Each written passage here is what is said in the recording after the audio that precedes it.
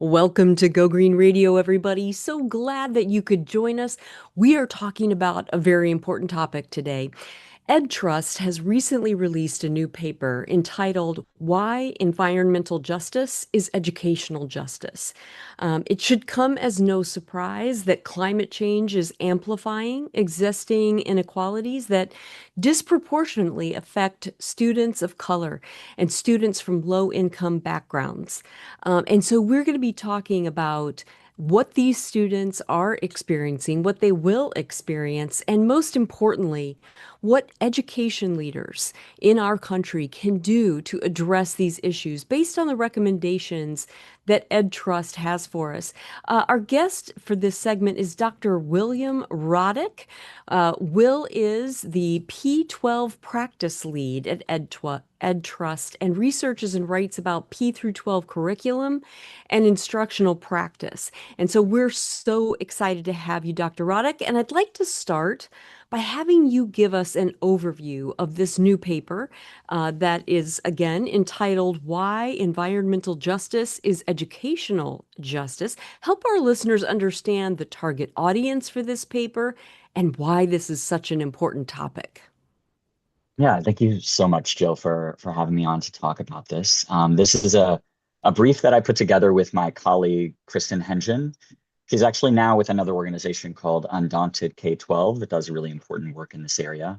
But we both came to education advocacy, which is the crux of EdTrust, with a concern for racial and economic structures that affect students both in and outside of schools. And this is kind of central to our mission at EdTrust.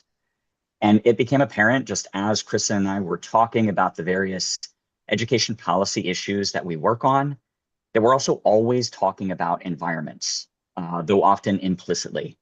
So the intention of this brief is to really make those implicit connections where education and environmental justice overlap explicit, particularly for advocates and state and district education leaders who need help thinking through how interrelated education and student environments are.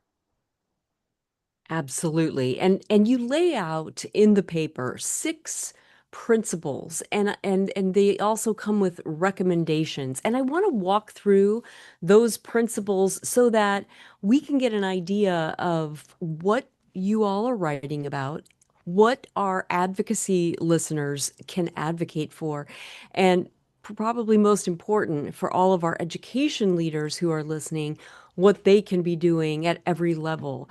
So let's start with principle number one. It's student agency. And your paper states, although children cannot bear the full responsibility of solving a problem they did not create, schools play an important role in enabling youth empowerment by listening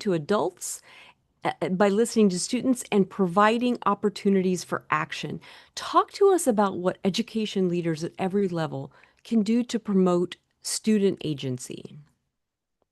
Yeah, and there's a reason that we chose student agency as the first principle here because it is foundational to everything else that we talk about. Um, Nobody is better situated to understand the weight of current climate issues and what should be done about them than current students, right? Young people see the direct consequences of past policy failures, and we're really way past the point of sweeping these things under the rug and pretending everything is fine. And young people know it. They're very well aware. They know when their schools are closed for extreme weather. They know it when they feel increasingly unseasonable temperatures. They know it when they see like examples, before and after images of melting polar ice and glaciers. And they know when they see more localized examples of pollution and harm in their communities, which are disparately felt. Right? They are not the harm of climate change is not equally felt across communities, and particularly for Black and Latina communities that are really the focus of EdTrust work. And that information is paired with an increasing awareness, especially right now. These problems just are not going to be solved by the adults in charge. So it isn't surprising that we see incredible anxiety among young people, not just in the US, but around the world. Students feel sad, they feel powerless, they feel guilty.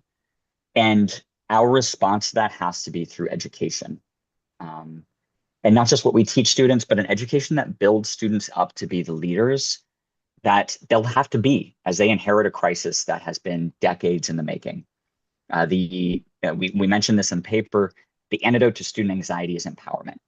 Mhm. And we have to see students not just as learners, but as experts in their own experiences who we can then support as they lead now and as they lead into the future. And I agree with you 100%, but I think the real issue is how do we do that? A lot of adults would agree that students need to have agency, but what are some of the, nitty-gritty details of how education leaders can fold that premise and that principle into their day-to-day operations? Well, there are multiple aspects of this. I mean, one aspect are mindset shifts, which we talk about in some of the other principles. Really recognizing that students have the capability and skill of their own experiences, and that they are the ones who are living on the brink of disaster. Right? They have the knowledge that we then have to nurture, not just within the classroom, but state and education leaders have to think about systems level changes, how they are investing in the professional development of school leaders and teachers, so that they're building mentorship and leadership opportunities within the practices of school.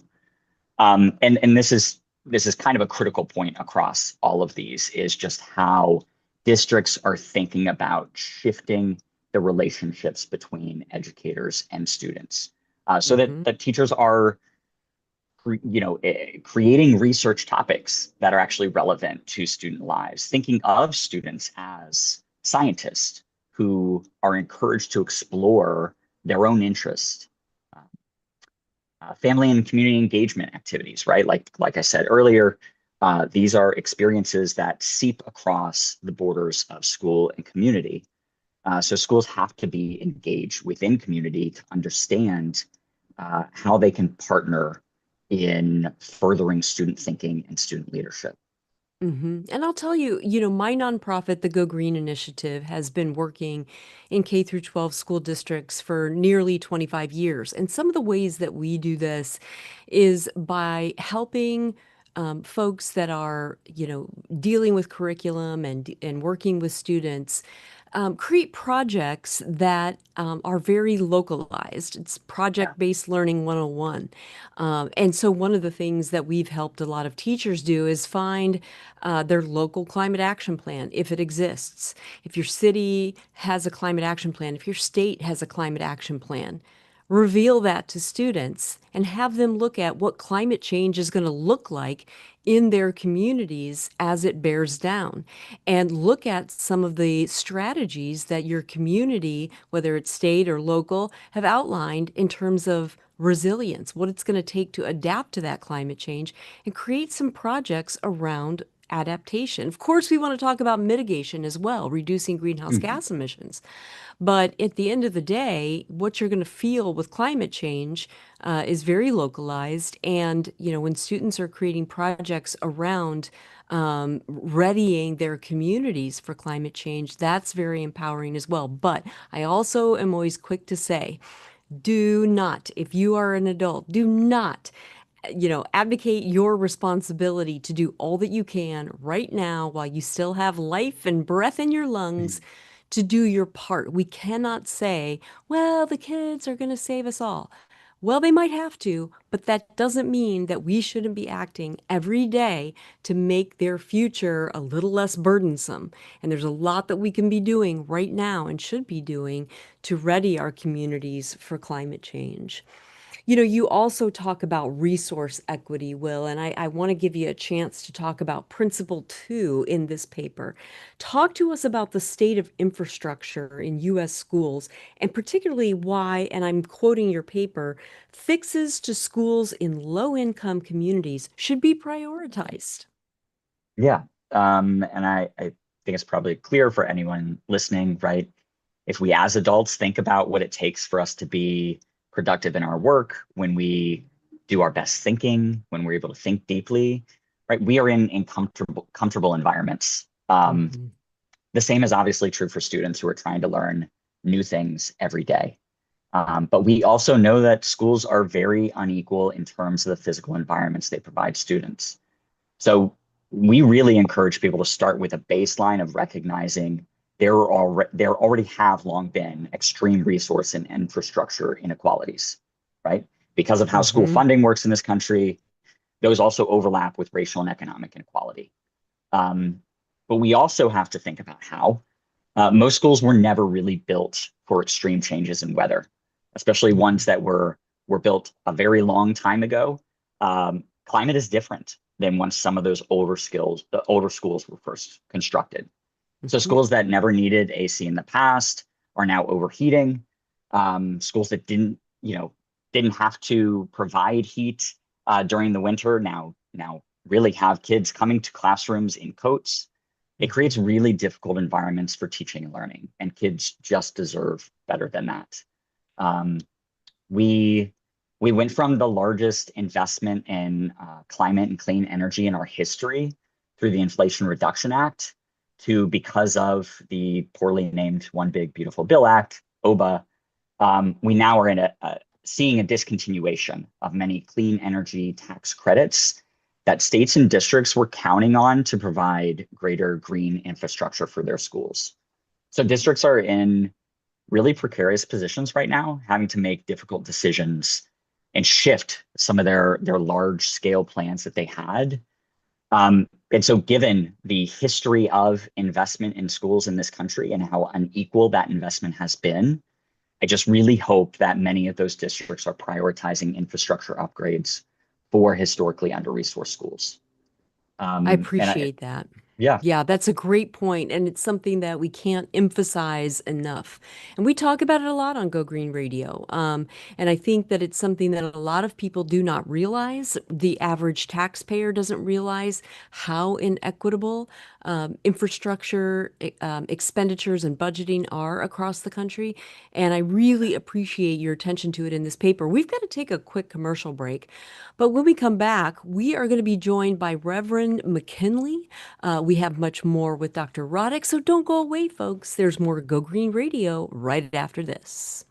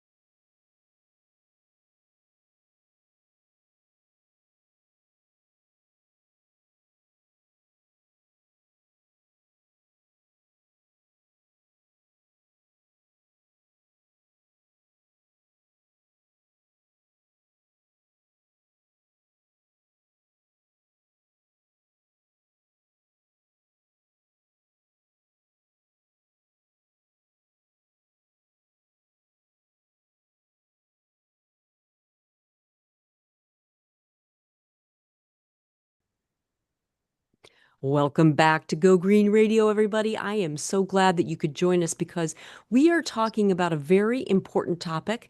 It's a new paper that Ed Trust has put out. It's called "Why Environmental Justice is Educational Justice," and we are adding a new guest in this segment. Reverend McKinley is the Vice President of Movement Building and Strategy for the National Black Child Development Institute. He's also a pastor at Campbell AME, and we are so glad to have you, Reverend McKinley. Thanks for joining us on this important topic.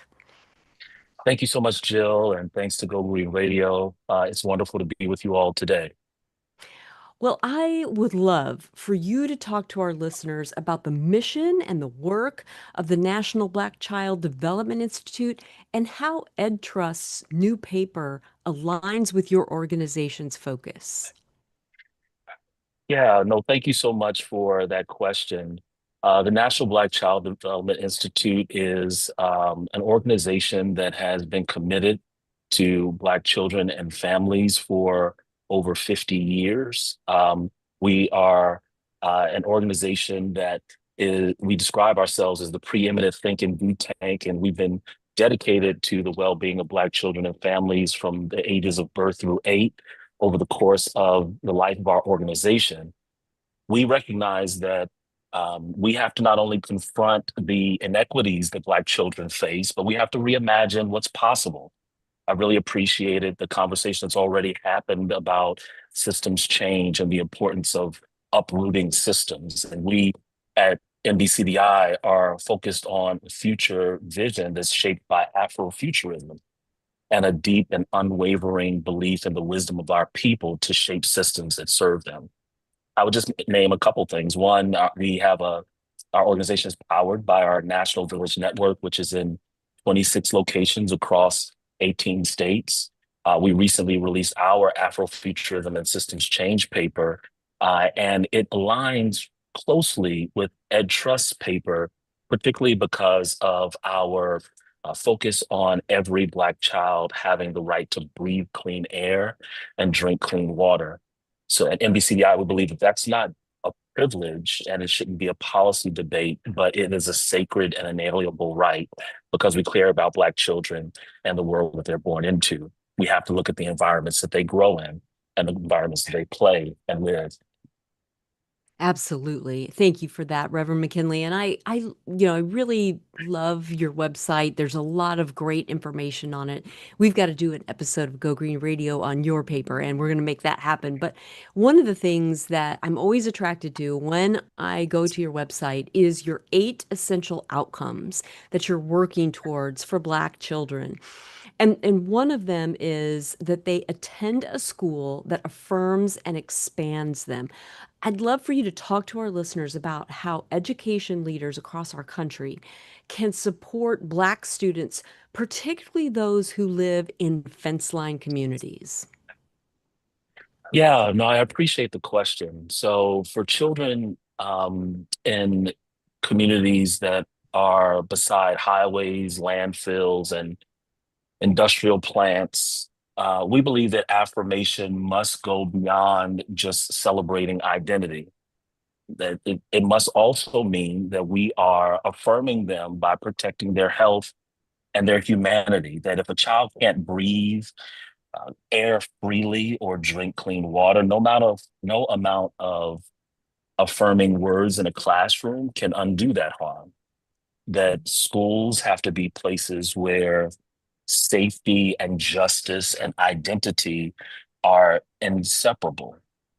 I would go as far to say that affirmation can't be decoration, that hanging Mm. a poster on the wall or celebrating Black History Month is not enough, especially for children who are growing up in fence line communities where you have the hum of highways, but you also have landfills. You have fumes from petrochemical plants that are part of their daily lives. That these children, for them, affirmation has to mean something deeper. It must mean protection. It must mean safety. It must mean health.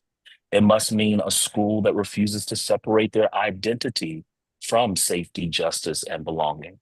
Because if you can't breathe freely, No amount of words in a classroom will undo that damage. If you can't drink water from a poison, if you're drinking water from a poison fountain, then no curriculum, no matter how affirming, can erase that harm.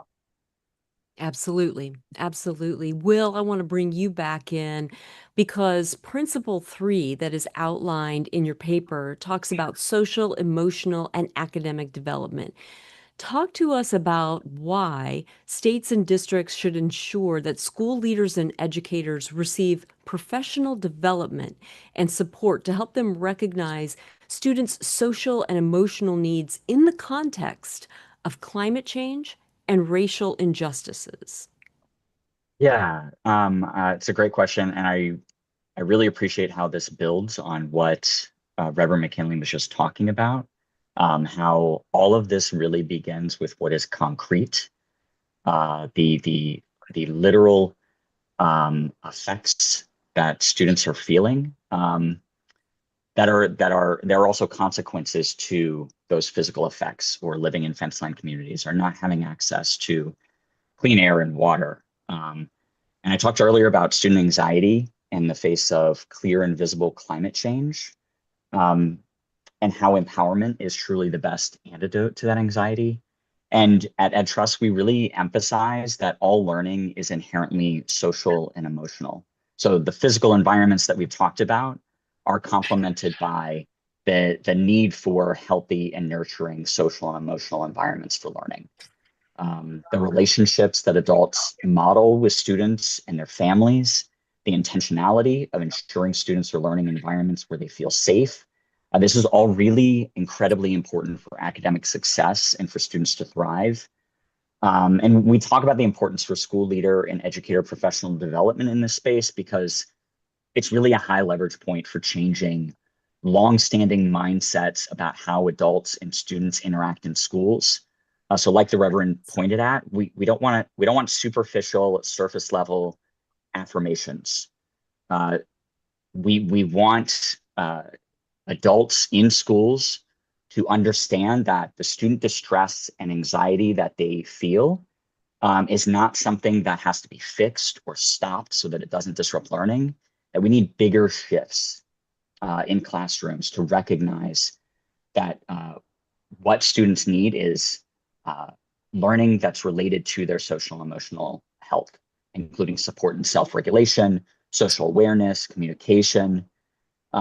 Students can't be made to feel, for example, that stressing about the climate or its impacts or the environments that they're living in need to be ignored for true learning to happen, because social and emotional development is foundational to quote unquote academic learning. Hmm. I hearken back to something that I was taught by one of my superior officers when I was an officer in the Navy. Um, Commander Henderson, if you're out there, sir, I'm thinking of you. And incidentally, he was a wonderful black man and an amazing naval leader. And he said, "You cannot manage what you do not measure."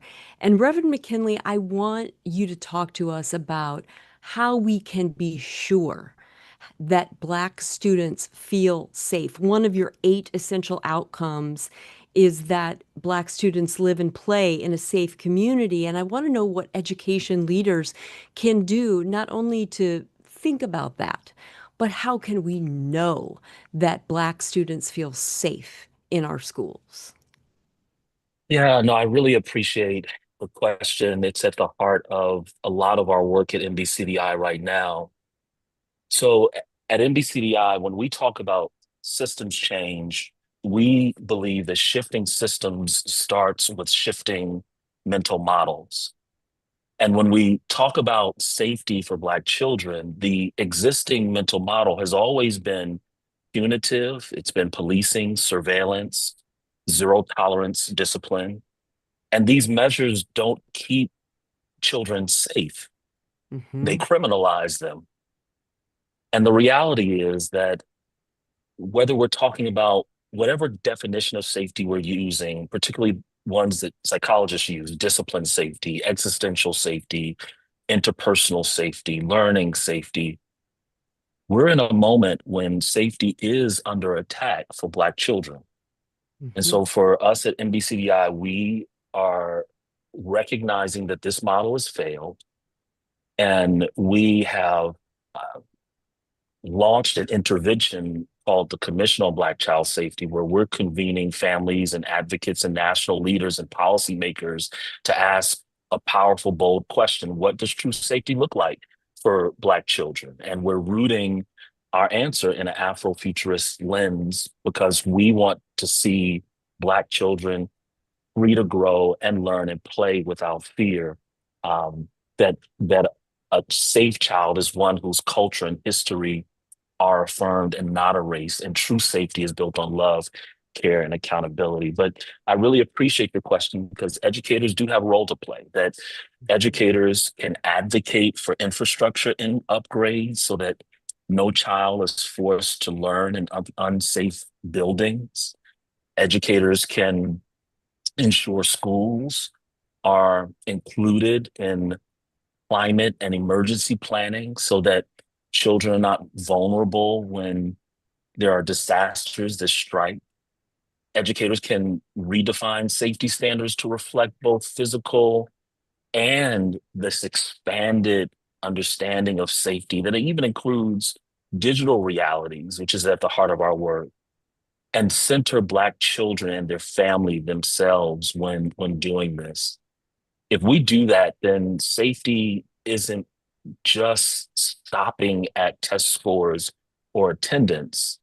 It really interrogates the question. You ask children, do you feel safe here? Do you feel seen here? Do you feel free to be a child here in your classroom, on your playground, and even online? And so we really need to look at and co-create new definitions of safety that are rooted in care, belonging, and accountability, and educators can support that. You said two things that I just want to underscore. Ask them and co-create. This goes back to something that Will was talking about earlier in student agency. And that is, folding students in, integrating students into the leadership and the problem solving. And that holds true for this issue of safety as well. Ask, do you feel safe? Co-create definitions of Mhm, safety. I love that. Thank you, Reverend mhm, McKinley. We're going to mhm. take a quick commercial break, but when we come back, we have so much more on this topic of why environmental justice is educational justice. So don't go away, folks. There's more Go Green Radio right after this.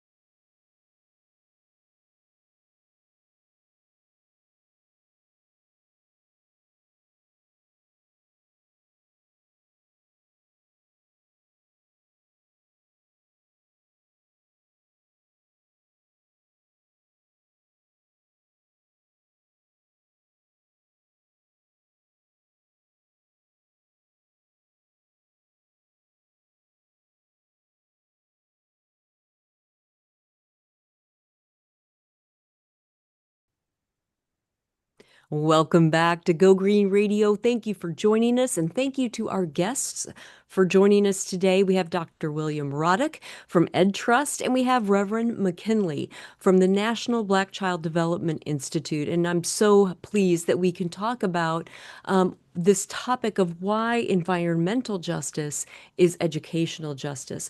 Dr. Rodick, let's go to you. Principle 4 in the paper that EdTrust just released recently talks about high quality curricula and instruction. Talk to us about how New Jersey is leading the way with climate change education and why it's important that other states enact similar programs. Yeah. So some context for why we focused on New Jersey is that climate change education has just never been widely adopted in school instruction, even though most Americans, about 75%, believe that schools should include it. And many students receive only 1 or 2 hours of instruction related to climate change per year. And that's even because of the intentionality of teachers that care about it personally. Uh, and it's even more difficult right now in a lot of states around the country where we see that educators are strictly censored for encouraging open and truthful discussions on what are considered politically sensitive topics, such as any topic that is based in science and challenges orthodoxy. So about 9 states teach climate change specifically in some area like social studies, but but really climate change should be an interdisciplinary topic that affects how students learn and come to understand other subjects as well. But New Jersey stands out as the first state in the country to adopt and require climate change standards across its K-12 public schools. So really moving from that where individual teachers can kind of fit something in because they care about it to a clear message from the state level that this is an important area. New Jersey is really an incredible leader in this space, and they offer many resources online, including a climate education hub. They function through an Office of Climate Change Education, where they train teachers, and they really establish an example for other states. They really do. And I can speak to that personally. I've had the great blessing to be able to work with the public school districts in Newark and Camden, New Jersey. And since 2013 for Newark and 2015 for Camden. And I can tell you, and we work with Sustainable Jersey for Schools as well.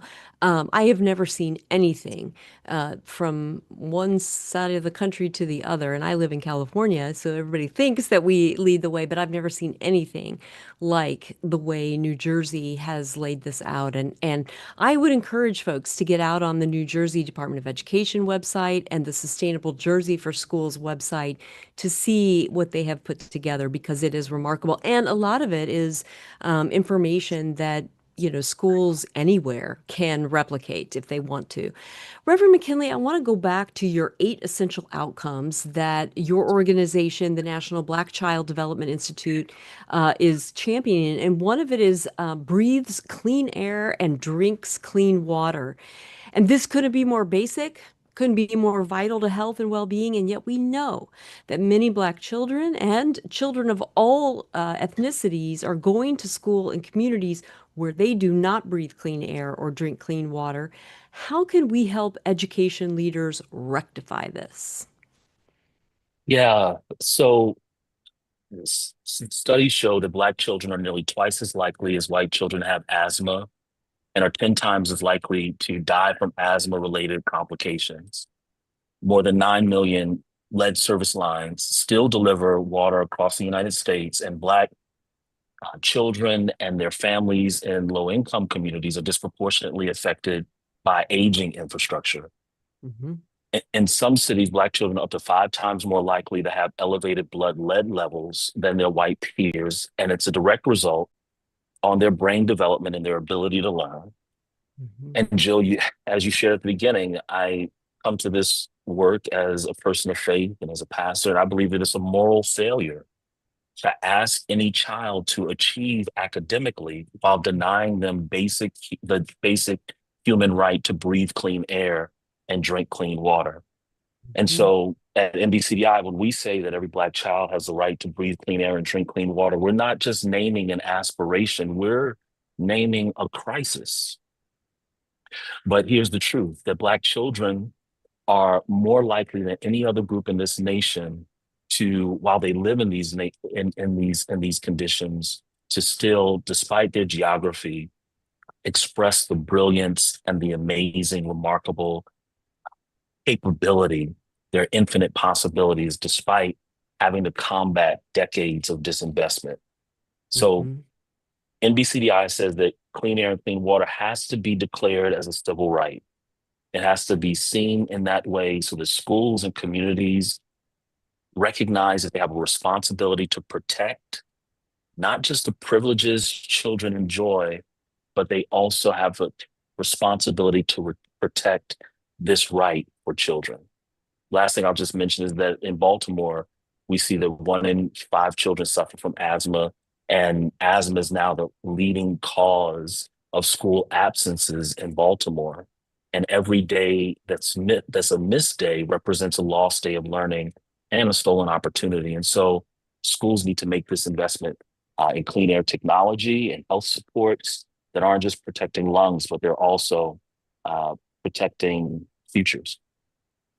Well, of course, I couldn't agree with you more, Reverend McKinley. This is what my organization is currently working on fervently. The Go Green initiative has a large grant to fund a program to improve indoor air quality throughout the country for the next 5 years. And we've partnered with the National School Boards Association and many other organizations, American Lung Association and others, to do exactly that. And in fact, if you want to check out what we're doing, you can go to gogreeninitiative.org and click on at the top of the page, indoor air quality, and you'll see we have some opportunities for grants. We have some opportunities for school districts to get technical assistance on this.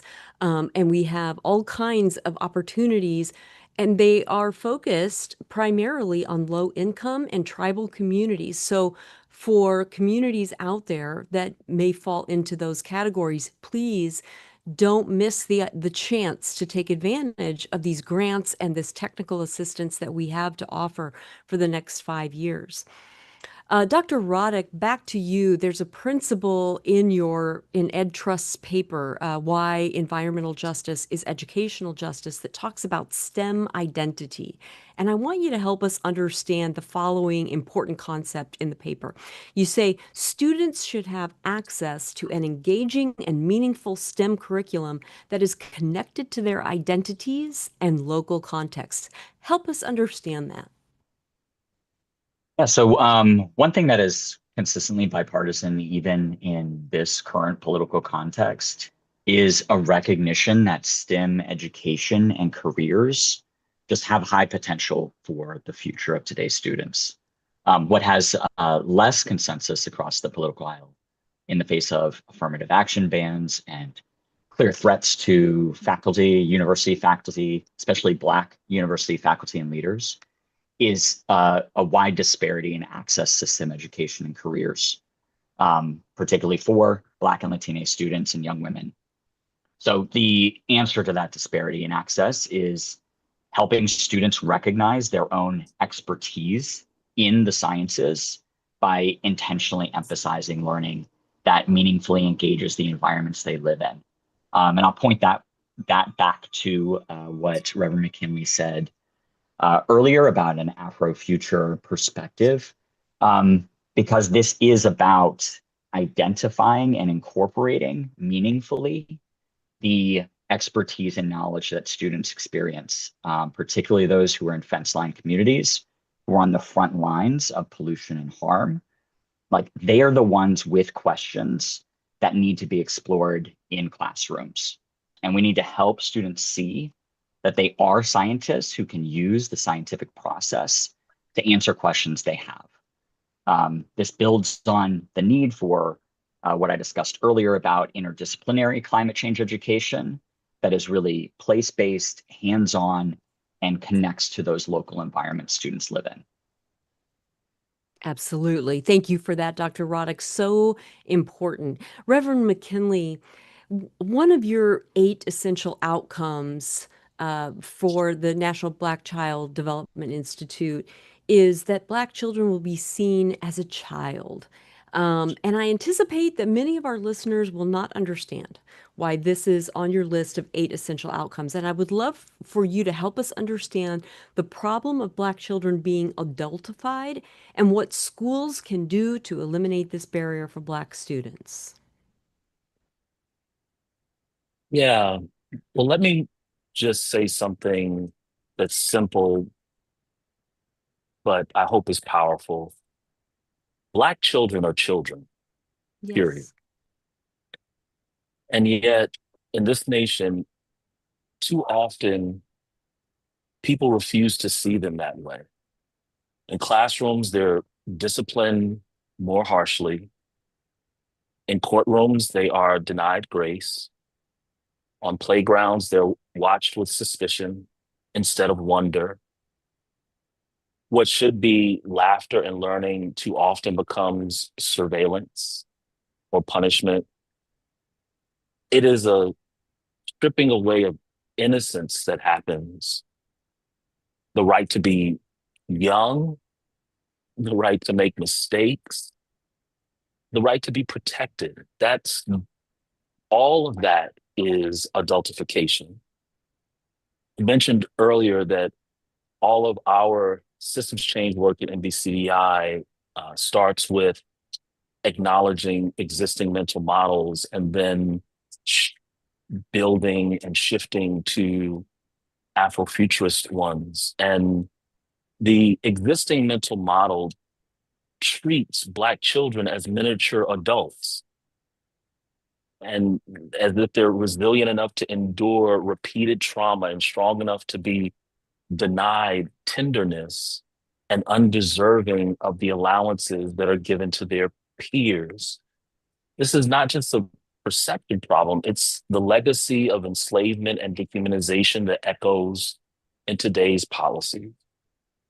And so MBCDI's Afrofuturist model insists on something different and better, that Black children must be afforded innocence and protection and joy inherent to childhood. They have to be shielded from that adultification bias. Childhood should be easy.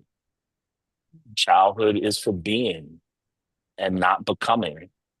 It's not a training ground for survival, but it's a sacred season, I would even say, for discovery and wonder and play.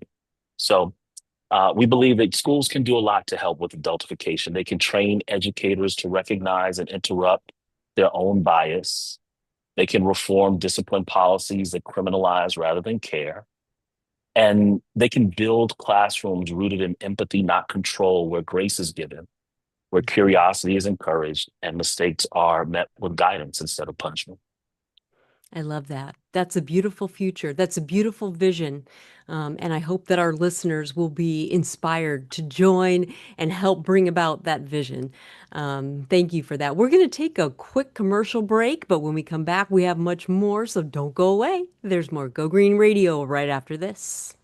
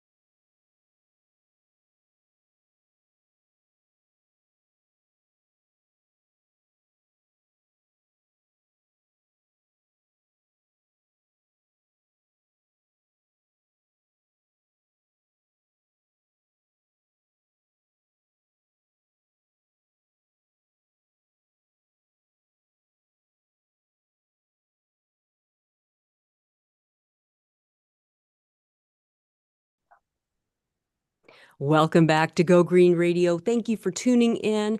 Our guests today are Dr. William Rodick from EdTrust and Reverend McKinley from the National Black Child Development Institute. Dr. Rodick, on EdTrust's website, there is a really cool special feature on Black school principals. And I would love for you to tell us about that and talk to us about why our listeners should take a look.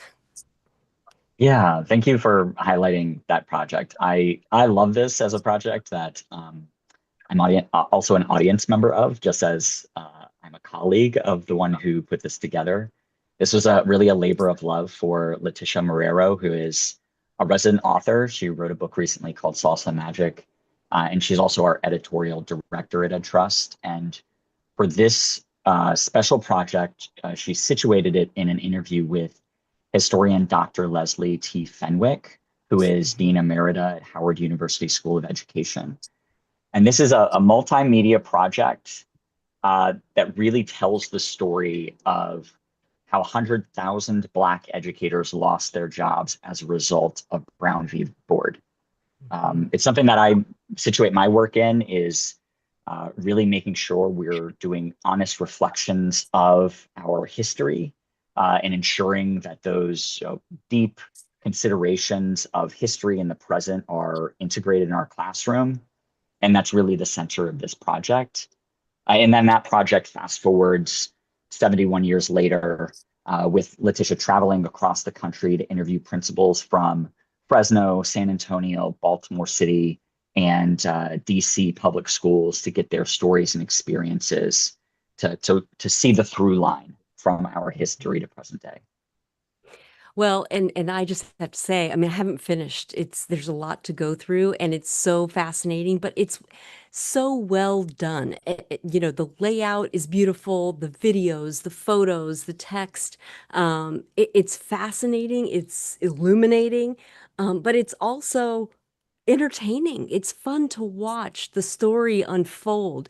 It's just really, really well done and user friendly. So please extend Go Green Radio's thanks to all those on your end, Will, who were involved in that because we're going to be promoting that more and more. Love it.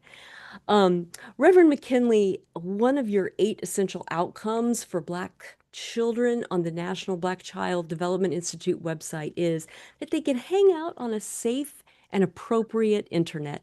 What role do you see schools playing in meeting this essential outcome? Yeah, I mentioned a little bit earlier, but I'm glad to expand on it because this point can't be overstated. That when it comes to safety, we have to recognize that the digital world is a part of that.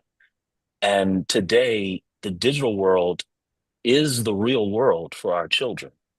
It's where they are, where they're playing, where they're learning, where they're spending their time. And we recognize that this world can either nourish them or it can harm them. And so safety online is often framed narrowly as if the solution is for parents to uh, get controls and hope for the best or for something to be done in the home that allows for greater level of oversight. But schools are now also digital spaces, and AI and software is woven into learning. And so here's the danger that we acknowledge at NBCDI that if we leave digital safety unexamined, the very tools that are meant to help our children can actually be weaponized against them. And that is related to biased algorithms that can flag Black children as troublemakers. They can recommend harsher discipline. And so we believe that Black children deserve digital landscapes that are designed for their flourishing. It means building digital equity and literacy spaces that prepares them to be students that flourish where they are. And we believe that you ought to put guardrails around how data is collected, et cetera. Our Commission on Black Child Safety is examining many of these things as it relates to digital safety. I love that. And I know that you all have a national conference coming up, Reverend McKinley. I'd love for you to talk to us about some of the event highlights that you are planning and what participants in that conference can look forward to. Yeah, we're so excited. Infinite Possibilities, Tangible Realities. It's our national conference. You can visit nbcdi.org and find out more information about the conference. This is our largest convening, and it is the largest convening in the nation, focused solely on Black child development. And so we're super excited to be gathering educators and advocates and policymakers all under one roof in Atlanta. And we'll have sessions on Afrofuturism and systems change and panels on climate justice and digital organizing and movement building. We'll be celebrating our affiliates, our elders, and local leadership around the country. So I do want to encourage you to go to nbcdi.org and find out more about that. And we look forward to seeing you in Atlanta for our conference. Wonderful. Thank you, Reverend McKinley. And back to you, Dr. Rodick. We'd like to leave our listeners with pragmatic, actionable ways to engage in what they hear on Go Green Radio. So, can you give us 2 to 3 actions that our listeners could take in the short term to help advance the recommendations in Ed Trust's paper? And again, I'm going to say the title, Why Environmental Justice is Educational Justice. What can we do?